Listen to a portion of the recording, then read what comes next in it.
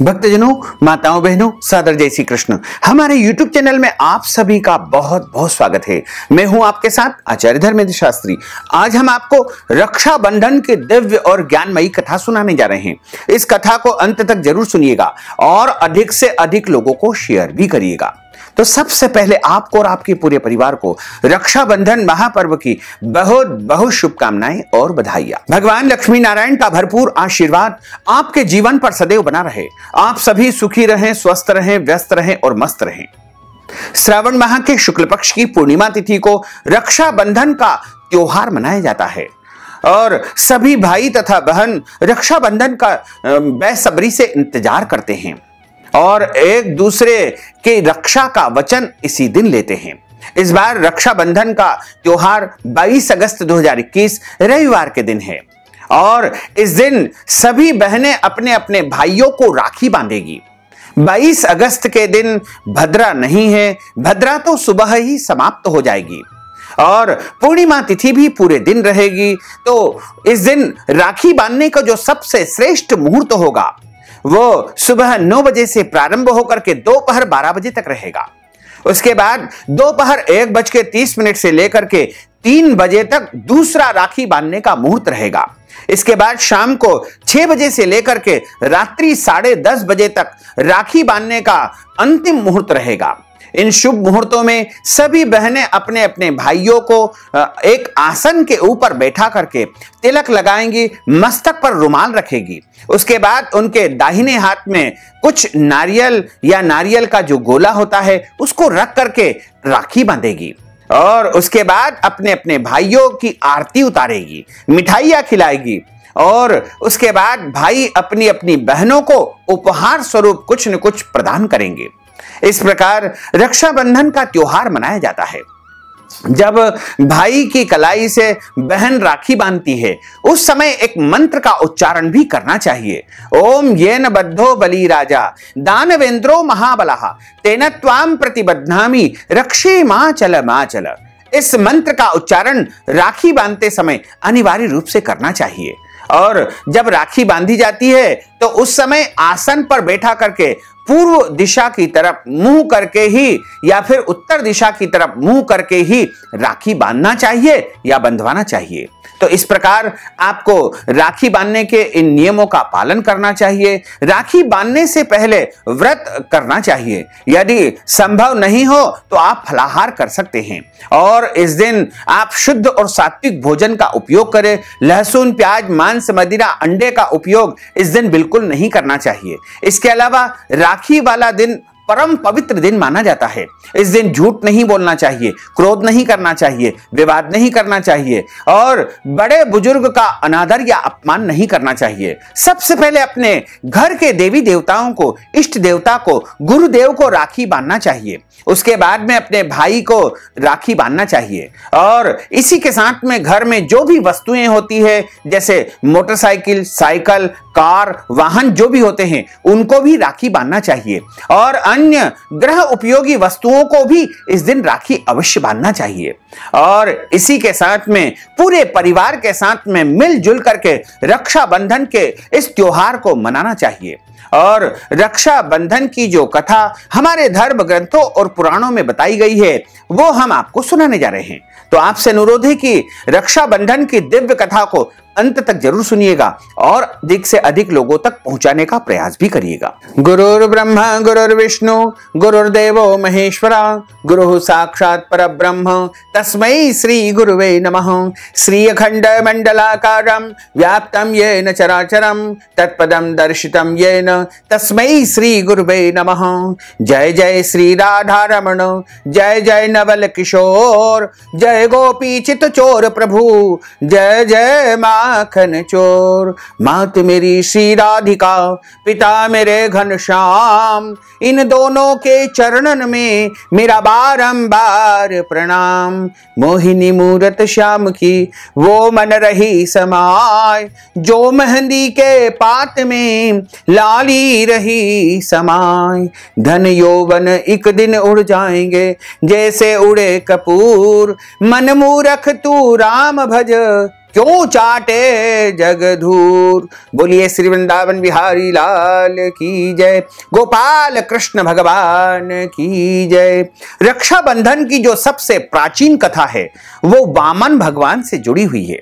एक समय की बात है जब सभी दैत्यों ने मिलकर के देवताओं को पराजित कर दिया था और देवताओं के राज्य का हरण कर लिया था और त्रिलोकी का सम्राट राजा बलि बन गया था।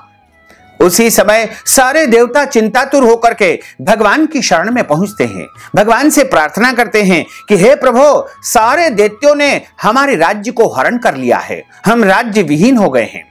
तब भगवान ने उनको सांत्वना देते हुए कहा कि अभी हम वामन रूप में अवतरित होंगे और उसके बाद राजा बलि से सारा राज्य हम हरण कर लेंगे। तो भगवान ने देवताओं को आश्वासन दिया। उसके बाद वामन भगवान का अवतार होता है, वामन भगवान का प्रागट्य होता है। राजा बलि ने इधर अपने राज्योत्सव में धूमधाम से शुक्राचार्य अपने कुल गुरु की आज्ञा से एक महायज्ञ का आयोजन करवाया। जब राजा बलि यज्ञ करवा रहे थे तो वामन भगवान छोटे से ब्रह्मचारी स्वरूप एक छाता लेकर के, हाथ में कमंडल लेकर के, कुशा लेकर के और लंगोटी धारण किए हुए और राजा बलि की यज्ञशाला के समीप पहुंच जाते हैं। जैसे ही राजा बलि को ज्ञात हुआ कि एक ब्रह्मचारी का आगमन हमारे यज्ञ स्थल पर हुआ है, उसी समय तुरंत उन्होंने अपने दूतों को आज्ञा दी कि जाओ ब्रह्मचारी को ससम्मान यज्ञशाला में लेकर आओ। क्योंकि जब कोई यज्ञ कार्य आरंभ होता है या यज्ञ चल रहा होता है, ऐसे में कोई भी अतिथि आता है, साधु संत आते हैं, ब्राह्मण आते हैं, ब्रह्मचारी आते हैं, तो यज्ञ अत्यंत शुभ माना जाता है और उनकी सेवा करनी चाहिए, उनको दान दक्षिणा प्रदान करना चाहिए। तो यदि हमारे यज्ञ उत्सव में ब्रह्मचारी बालक का आगमन हुआ है तो बड़ा ही शुभ संकेत है। वामन भगवान को अंदर यज्ञशाला में लेकर आया गया, ससम्मान उनको एक व्यवस्थित आसन पर बैठाया गया। यज्ञशाला में एक सुंदर आसन पर वामन भगवान विराजित हो जाते हैं। फिर वामन भगवान के चरणों में राजा बलि प्रणाम करते हैं और उनसे निवेदन करते हैं कि हे ब्रह्मचारी बालक, आपको क्या चाहिए? मैं त्रिलोकी का सम्राट हूं, आप जो भी बोलेंगे वह मैं आपको प्रदान कर दूंगा। मेरे पास किसी प्रकार की कोई कमी नहीं है। यदि आपको महल चाहिए तो मैं महल दे दूंगा और यदि आपका विवाह करवाना हो तो आप ऐसा मुझे आज्ञा दीजिए, आपका अभी विवाह संपन्न करवा देता हूं।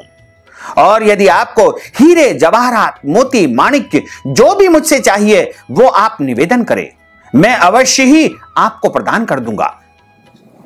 राजा बलि ने जैसे ही कहा तो ब्रह्मचारी बालक पहले मुस्कुराए और कहते हैं कि राजा बलि, आप यदि इतना ही आग्रह करते हो तो आप मुझे वचन दीजिए, जो भी मैं आपसे मांगूंगा आप मुझे प्रदान कर देंगे। तब राजा बलि उनकी तरफ देखते हैं, लेकिन शुक्राचार्य ने कहा कि वचन मत दीजिए, आपको जो देना हो दे दीजिएगा। लेकिन राजा बलि ने उधर बिल्कुल ध्यान नहीं दिया और ब्रह्मचारी बालक की तरफ देखते हुए कहा कि मैं आपको वचन देता हूं, जो भी आप मुझसे मांगेंगे वह मैं आपको अवश्य ही प्रदान कर दूंगा। राजा बलि ने वामन भगवान को वचन दे दिया। अब वामन भगवान ने कहा कि हम जो भी दान पुण्य लेते हैं वो ऐसे नहीं लेते हैं, हम संकल्प करके ही यजमान के द्वारा दान पुण्य प्राप्त करते हैं। तो हम चाहते हैं कि आप हाथ में जल लेकर के संकल्प धारण कर लीजिए और हम संकल्प में आपसे जो भी मांगे वह आप हमें प्रदान कर देंगे। राजा बलि ने उनसे कहा कि प्रभु, आपको क्या चाहिए? हे ब्रह्मचारी जी, आप बताइए आप क्या चाहते हैं, मैं आपको अवश्य ही प्रदान कर दूंगा। तो वामन भगवान ने कहा कि हमें कुछ और नहीं चाहिए, हमें केवल 3 पग भूमि चाहिए। हम तो छोटे से स्वरूप है, हम छोटे से स्थान में ही रह लेंगे और इस हेतु हमको केवल 3 पग भूमि की ही आपसे अपेक्षा है। वामन भगवान ने जब ऐसा कहा तो तुरंत राजा बलि ने कहा कि अभी हम संकल्प कर देते हैं, कोई इसमें विलंब नहीं है। लेकिन शुक्राचार्य जी नारायण की माया को धीरे धीरे समझने लगे थे और राजा बलि को इशारा करने लगे कि हे राजन, आप इनके मोह में, इनके माया जाल में मत फंसिए, ये आपको उलझाना चाह रहे हैं और संकल्प मत करिए। लेकिन राजा बलि ने कहा कि हम तो वचन दे देते हैं, उस वचन से कभी भी मुकरते नहीं हैं, और हमने ब्रह्मचारी को वचन दे दिया है, इसलिए हम इनको संकल्प करके अवश्य ही इनकी वच्छित वस्तु का, इनकी मनवांछित वस्तु का दान कर देंगे। और राजा बलि ने संकल्प करना चाहा। कमंडल से जैसे ही जल निकालना चाहा, वैसे ही शुक्राचार्य जी सूक्ष्म रूप धारण करते हुए कमंडल की तूती में जाकर के बैठ गए। जल निकल नहीं रहा था। वामन भगवान ने कहा कि इसमें कोई न कोई कचरा फंस गया है। उन्होंने अपनी कुशाली और कमंडल में एक तिनका घुसा दिया। जैसे ही तिनका घुसा तो उसमें शुक्राचार्य जी की आंख में वह तिनका लग गया। इससे शुक्राचार्य जी एक आंख से काणे हो गए। घबरा करके शुक्राचार्य जी उस कमंडल से बाहर निकल गए और जल बाहर आ गया। अब जल बाहर आ गया, राजा बलि ने हाथ में जल ले लिया। अब ब्रह्मचारी जी ने 3 बार विष्णु विष्णु विष्णु बोलते हुए संकल्प किया और कहा कि 3 पदानि भूमिम दद्यात्। इस प्रकार 3 पग भूमि दान करने का संकल्प मैं करता हूं। राजा बलि से संकल्प ले लिया गया। अब राजा बलि ने निवेदन किया कि मैं आपको संकल्प कर चुका हूं, इस त्रिलोकी में सब कुछ मेरा है, पूरा त्रिलोकी मेरा है, आप जहां चाहें वहां 3 पग भूमि नाप लीजिए। तो राजा बलि ने जैसे ही ब्रह्मचारी जी से निवेदन किया, ब्रह्मचारी वामन भगवान ने पहला पग से तो सारे ऊपर के लोक नाप दिए और दूसरे पग से नीचे के सारे लोक नाप दिए। अब पूरा त्रिलोकी 2 पग में नाप चुके थे और विराट स्वरूप को उन्होंने धारण कर लिया था। बड़े स्वरूप में वामन भगवान आ चुके थे। राजा बलि समझ गए कि साक्षात नारायण है, कोई और नहीं है, लेकिन मैंने संकल्प किया है, मैं इसलिए अपने वचन से नहीं मुकरूंगा। और वामन भगवान ने कहा कि अभी तो 2 पग भूमि ही तुमने दान की है, तीसरा पग कहां धरूं, मुझे बताओ। तब राजा बलि ने अपने मस्तक को प्रभु के सामने झुका दिया और प्रभु से कहा कि मेरे मस्तक के ऊपर अपना चरण रख दीजिए और तीसरा पग मेरे मस्तक पर आप धारण करके तीसरा पग यहां से प्राप्त कर लीजिए। जैसे ही राजा बलि के ऊपर भगवान ने अपना चरण रख दिया, राजा बलि धन्य हो गए और प्रभु के चरणों में उन्होंने प्रणाम किया। प्रभु ने उनके समर्पण भाव को देखते हुए कहा कि जाओ, मैं आज से तुमको पाताल लोक का राजा बनाता हूं और तुम पाताल लोक में निवास करोगे, वहां का राज्य तुम्हारे ही अधीन रहेगा। इस प्रकार राजा बलि को पाताल लोक का राजा बना दिया। तब वामन भगवान अत्यधिक प्रसन्न हुए और राजा बलि से कहा कि मैं तुम्हारी इस समर्पण भावना से, दान की भावना से अत्यधिक प्रसन्न हूं। यदि तुमको कुछ और चाहिए तो वो भी मांग लो। तब राजा बलि ने कहा कि हे प्रभु, मैं ये चाहता हूं कि आप भी मेरे साथ पाताल लोक में निवास करें। तब भगवान ने कहा कि अवश्य ही ये तुम्हारी इच्छा को मैं पूर्ण करूंगा और मैं 4 माह के लिए यानी चतुर्मास में तुम्हारे साथ निवास करूंगा और तुम्हारे राज्य महल में निवास नहीं करूंगा, बल्कि तुम्हारे द्वार के ऊपर द्वारपाल बनकर रहूंगा। इस प्रकार प्रभु ने द्वारपाल बनना स्वीकार कर लिया और पाताल लोक का राजा राजा बलि बन गया और भगवान उनके द्वारपाल बन गए।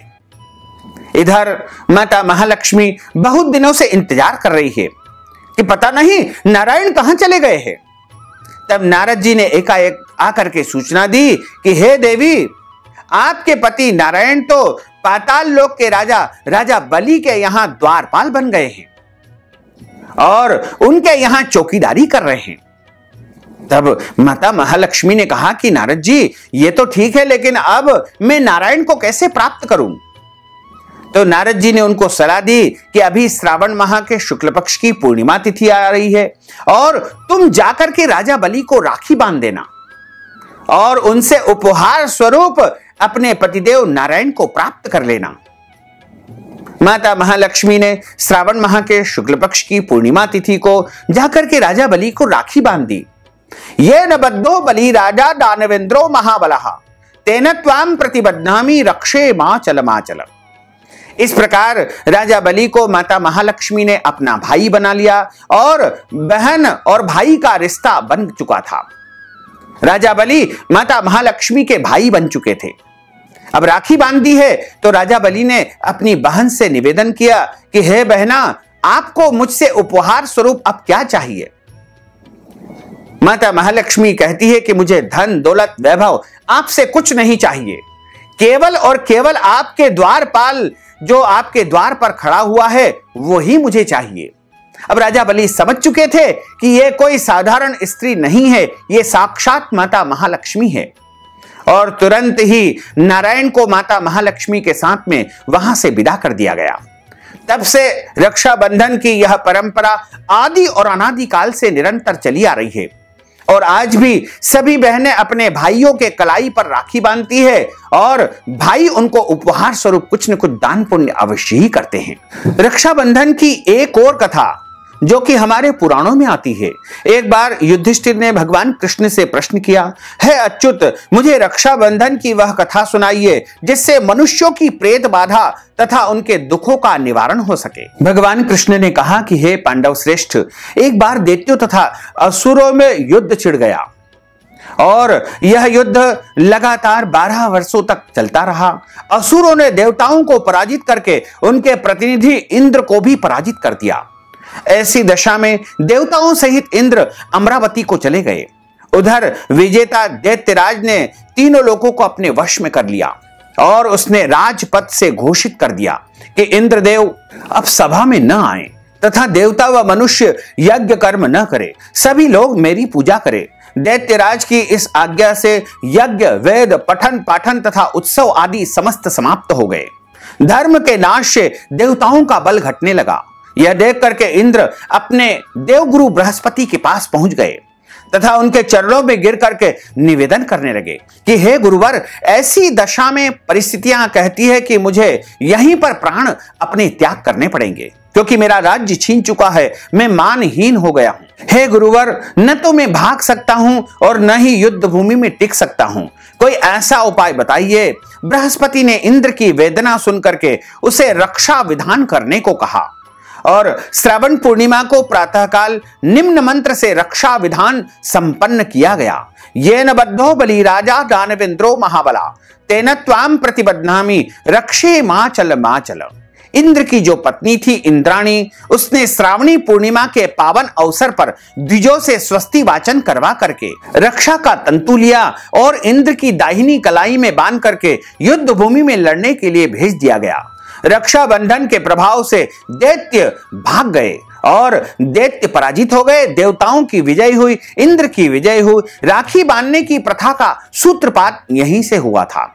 रक्षाबंधन भारतीय इतिहास के अनुसार कई ऐसे अवसर आते हैं जब रानियों ने अपने राजाओं को राखी बांधी और उनकी विजय प्राप्त हुई। एक समय की बात है जब भगवान कृष्ण के हाथ में चोट लग गई तथा खून की धार बह रही थी। यह सब द्रौपदी से नहीं सहा गया और उसने तत्काल अपनी साड़ी का पल्लू लिया और भगवान की कलाई पर वह बांध दिया। इसके फलस्वरूप भगवान की कलाई से खून बहना तो बंद हो गया। कुछ समय पश्चात जब दुशासन ने द्रौपदी का चीर हरण किया तब भगवान श्री कृष्ण ने चीर बढ़ा करके इस बंधन का उपकार चुकाया था। यह प्रसंग भी रक्षाबंधन की महत्ता को प्रतिपादित करता है। तो रक्षाबंधन का जो त्योहार है वो बड़ा ही पावन और पवित्र त्योहार है। हालांकि रक्षाबंधन के विषय में कई लोग ये सोचते हैं कि रानी ने राजा को किस प्रकार राखी बांधी है, तो कोई गलत बात नहीं है, कोई दोष नहीं है। एक पत्नी भी अपने पति को राखी बांध सकती है। जरूरी नहीं कि बहन ही अपने भाई को राखी बांधे, क्योंकि इंद्र की जो पत्नी थी इंद्राणी, उसने भी अपने पतिदेव इंद्र को राखी बांधी थी और यह प्राचीन पुराणों में लिखा हुआ है। देवगुरु बृहस्पति की आज्ञा से ही इंद्राणी ने इंद्र को राखी बांधी थी। इसलिए पत्नियां भी अपने पति को राखी बांध सकती है, इसमें कोई दोष नहीं होता है। यह एक प्रकार से एक दूसरे की रक्षा के लिए ही रक्षाबंधन का त्योहार मनाया जाता है और रक्षाबंधन का त्योहार सभी परिवारों में बड़े ही धूमधाम के साथ में मनाया जाता है। बोलिए गोपाल कृष्ण भगवान की जय, श्री वृंदावन बिहारी लाल की जय। अच्युतम केशवम राम नारायणम कृष्ण दामोदरम वासुदेवम हरे श्रीधरम माधवम गोपिका वल्लभम श्री जानकी नायकम श्री रामचंद्रम भजे जानकी मनोहरम सर्वलोक नायकम श्री शंकरादि सेवितम पुण्य नाम कीर्तनम श्री राम राम राम राम राम नाम तायकम रामा कृष्ण वासुदेवा भक्ति मुक्तिदायकम रामा कृष्ण वासुदेवा भक्ति मुक्तिदायकम रामा कृष्ण वासुदेवा भक्ति मुक्तिदायकम रामा कृष्ण वासुदेवा भक्ति मुक्तिदायकम। बोलिए श्री वृंदावन बिहारी लाल की जय, गोपाल कृष्ण भगवान की जय, श्री गिरिराज धरण की जय, श्री वृंदावन बिहारी लाल की जय। धर्म की जय हो, अधर्म का नाश हो, प्राणियों में सद्भावना हो, विश्व का कल्याण हो, सनातन धर्म की जय हो, गौ माता की जय हो, नगर बस्ती की जय हो, आज के आनंद की जय हो, कल के आनंद की जय हो, परसों के आनंद की जय हो, बरसों बरसों के आनंद की जय हो। ओम नमः पार्वती पते, हर हर महादेव हर।